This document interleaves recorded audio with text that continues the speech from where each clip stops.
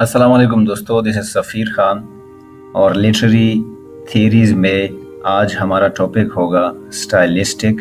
तो शुरू करते हैं।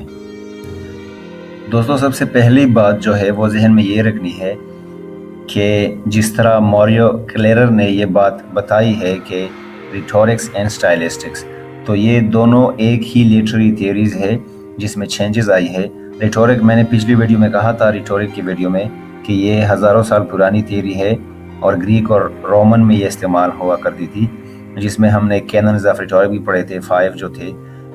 19th सेंचुरी के स्टार्ट में रिटोरिक को एक नया नाम और एक नया शक्ल दे दिया गया जिसका नाम है स्टाइलिस्टिक्स। इसके जो कंपोनेंट्स है वो रिटोरिक से काफ़ी ज़्यादा है और ये वेल एक्सप्लेन्ड है। इसमें बहुत सारी चीज़ों को अकाउंट में लिया गया है। पहला पॉइंट तो हमने जहन में ये रखना है कि रिटोरिक एक मॉडर्न एज में स्टाइलिस्टिक के नाम से जाना जाता है। दूसरी बात इसमें यह होती है कि इसमें चेंजेस, जिस तरह मैंने पहले कहा कि इसमें चेंजेस बहुत सारे हैं।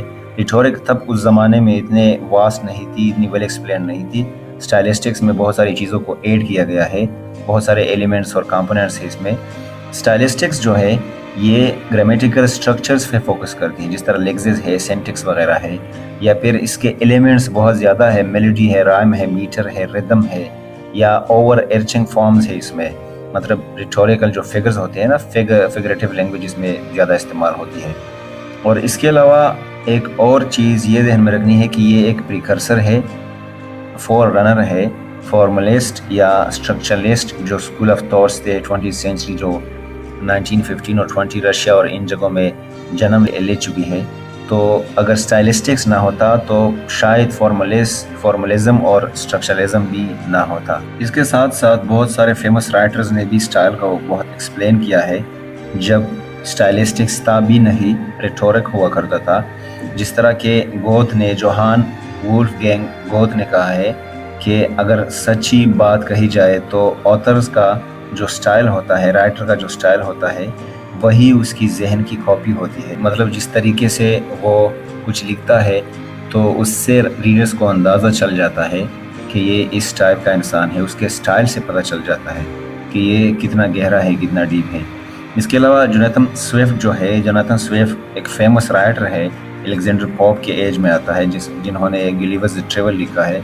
वो कहते हैं कि सही अल्फाज को सही जगह में डालने को स्टाइल कहते हैं।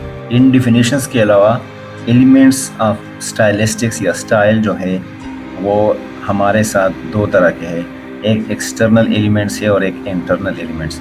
एक्सटर्नल एलिमेंट्स स्टाइलिस्टिक्स के दोस्तों वो है जो किसी पोएम के बाहर से उसका पता बता देती है। फॉर एग्ज़ाम्पल, फर्स्ट जो एलिमेंट है वो करेक्टर डेवलपमेंट है। तो अगर कोई राइटर नावल में या पोइट्री में कोई करेक्टर डेवलप करता है, मेन करेक्टर्स जो उसके होते हैं, तो उसके करेक्टर्स से ही रीडर्स को पसंदीदगी या नापसंदीदगी का अंदाज़ा चल जाता है कि ये रीडर्स को पसंद आ जाएंगे या नहीं। दूसरा जो एलिमेंट है वो डायलॉग है। फिर डायलॉग में monologue, internal monologue, internal dialogue, solidity वगैरह ये चीज़ें आ जाती है। तो डायलॉग से बहुत लोग मुतासर हो जाते हैं, या फिर बहुत सारे लोग डायलॉग्स की वजह से किसी लिटरेरी पीस से नफ़रत भी कर सकते हैं। मतलब अगर उसके डायलॉग्स अच्छे ना हो तो वो लिटरेरी पीस अच्छा नहीं समझा जाएगा। थर्ड जो एक्सटर्नल एलिमेंट है वो फॉरशैडोइंग है। और फॉरशैडोइंग का मतलब ये होता है कि वो हमें पहले से कुछ इस तरह के क्लूज़, इशारे दे दे कि आगे इस नावल में, पोएम में या ड्रामा में क्या होने वाला है। इसके बाद फोर्थ जो एलिमेंट है वो फॉर्म है। फॉर्म का मतलब सिंपल है कि ये पोइट्री है, नावल है, या इसके सब जनराज में से इसे वगैरह है। और पांचवा जो है वो इमेजरी है। इमेजरी इज़ वेरी कॉमन और इसके नाम से ही हमें पता चल जाता है कि इमेजिनेशन और इन चीज़ों से रिलेटेड है। सिक्स्थ एलिमेंट इसका आयरनी है। और आयरनी का मतलब सिंपली अगर उर्दू में कहे तो इसका मतलब होगा उल्टी बात करना। मतलब आप कह कुछ और रहे हो और इससे आपका मतलब कुछ और होता है। सेवंथ जो है वो जक्सटापोजिशन है। जक्सटापोजिशन का मतलब दो मुख्तलिफ चीज़ों को आप इकट्ठे लिख देते हो। जिस तरह अगर कोई कहे कि द डार्क लाइट, तो इसका मतलब डार्क और लाइट जो है ये दो कंट्राडिक्टरी चीज़ें हैं, इसलिए इसको जक्सटापोजिशन कहेंगे। 8 जो है वो मूड है, और ये बहुत इम्पोर्टेंट है कि राइटर का मूड जिस तरह होगा اس کا پروڈکٹ بھی اسی طرح یا اس موڈ سے بہت زیادہ متاثر ہوگا۔ اگر کوئی رائٹر ہیپی ہے اور خوشگوار موڈ میں ہے تو وہ جو چیز پروڈیوس کرے گا، کوئی کچھ لکھے گا، تو اس سے اندازہ بھی چلے گا کہ یہ خوش تھا، یا رومانس کے موڈ میں ہے تو رومانٹک کوئی چیز لکھے گا، یا وہ پھر سیڈ ہے تو غصہ وغیرہ، تو یہ ساری چیزیں اس کی پیس سے پتہ چل جاتی ہے ہمیں۔ اس کے علاوہ پیسنگ ہے، pacing is very much important, کہ اگر کوئی چیز لمبی ہوتی جا رہی ہے رائٹر سے اور وہ اس کو شارٹ کٹ کرنے کے لیے ٹیکنیکس اپنائے، ہیوی ورڈز استعمال کرے جس میں بہت سارے فلسفے ہو ایک ایک لفظ میں، یا پھر شارٹ سینٹینسز استعمال کرے اس چیز کو کنٹرول کرنے کے لیے تاکہ زیادہ بڑھ نہ جائے۔ اور اس کے علاوہ پوائنٹ آف ویو ہے، رائٹرز نے کریکٹرز تو ڈیولپ کیے ہیں لیکن وہ خود اس کے بارے میں کیا سوچتا ہے، اٹس آلسو امپورٹنٹ۔ 11 نمبر پہ جو ایلیمنٹ ہے وہ اسٹرکچر ہے، اور اسٹرکچر سے مراد ہے کہ وہ رائٹر ایک سٹوری کو کس طرح شروع کرتا ہے، بگننگ اس کی کس طرح کرتا ہے، رائزنگ ایکشن اس میں جو ہے وہ کس طرح ہے، اس میں کلائمیکس اور فالنگ ایکشن یا ریزولوشن اس کا کس طرح ہے۔ 12 نمبر پہ سمبلزم ہے، اور سمبلزم سے مراد رائٹر آپ کو کوئی سمبلز دے رہا ہے یا آپ کو امیجز دے رہا ہے رائٹنگ سے، جس طرح میں نے پہلے کہا ڈارک لائٹ یا پھر ڈارک نائٹ، تو ڈارک نائٹ آپ کے ذہن میں ایک چیز آ جاتی ہے، کالی رات۔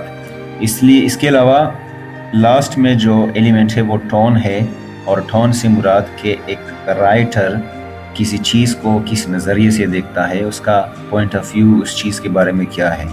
ایکسٹرنل کے بعد ایک انٹرنل ٹیکسچول ایلیمنٹس جو ہے وہ اسٹائلسٹکس میں آ جاتے ہیں، اور اس میں جتنے بھی ہے وہ سارے کے سارے فگرز آف اسپیچ میں آ جاتے ہیں۔ پہلا اس میں لٹریشن ہے، پھر ایسننس ہے، پھر کانسننس ہے، وہ ایزی ہے اور سب کو پتہ بھی ہے۔ اور کولوکویلزم ہے 4 نمبر پہ۔ کولوکویلزم کا مطلب وہ لفظ یا وہ فریز ہوتا ہے جو کہ عام ہو، انفارمل ہو، جس طرح عام زندگی میں ہم کوئی بات کر لیتے ہیں اپنے دوستوں وغیرہ کے ساتھ، دوست احباب کے ساتھ، تو رائٹنگ میں یا پوئٹری ان چیزوں میں وہ چیزیں آپ استعمال نہیں کر سکتے، لیکن اگر کوئی رائٹر کرے تو وہ کولوکویلزم میں آ جاتا ہے۔ اس کے بعد ڈکشن ہے۔ ڈکشن وہ الفاظ یا وہ سٹائل آف سپیکنگ ہوتا ہے جو رائٹر کسی ایک خاص کریکٹر کو دے دے۔ اگر ایک کریکٹر ایک طرح سے بات کر رہا ہے تو دوسرا کریکٹر اس کی طرح بات نہیں کرے گا، اس کا انداز بیان چینج ہوگا، تو اس کو کہتے ہیں ڈکشن۔ اس کے علاوہ جارگن ہے۔ جارگن بھی ایک فگر آف اسپیچ ہے جس کا مطلب ہے کہ ایک کمیونٹی ایک طرح سے بات کریں گے، دوسرا گروپ آف پیپل دوسری طریقے سے بات کریں گے۔ فار ایگزامپل ڈاکٹرز جو ہے وہ اپنے ایک سٹائل میں بات کریں گے جس کو انجینئرز نہیں سمجھیں گے، اور انجینئرز اپنے سٹائل میں بات کریں گے جسے لٹریچر کے اسٹوڈنٹس شاید نہ سمجھے۔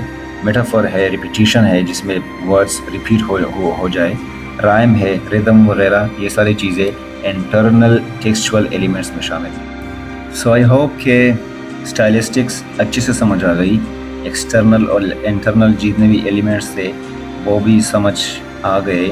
اس کے علاوہ اگر کوئی اور ٹاپک ہو جو میں سیکوینس میں نہیں بنا رہا ہوں، سیکوینس کے باہر ہو، تو آپ لوگ کمنٹ باکس میں ڈراپ کر سکتے ہیں۔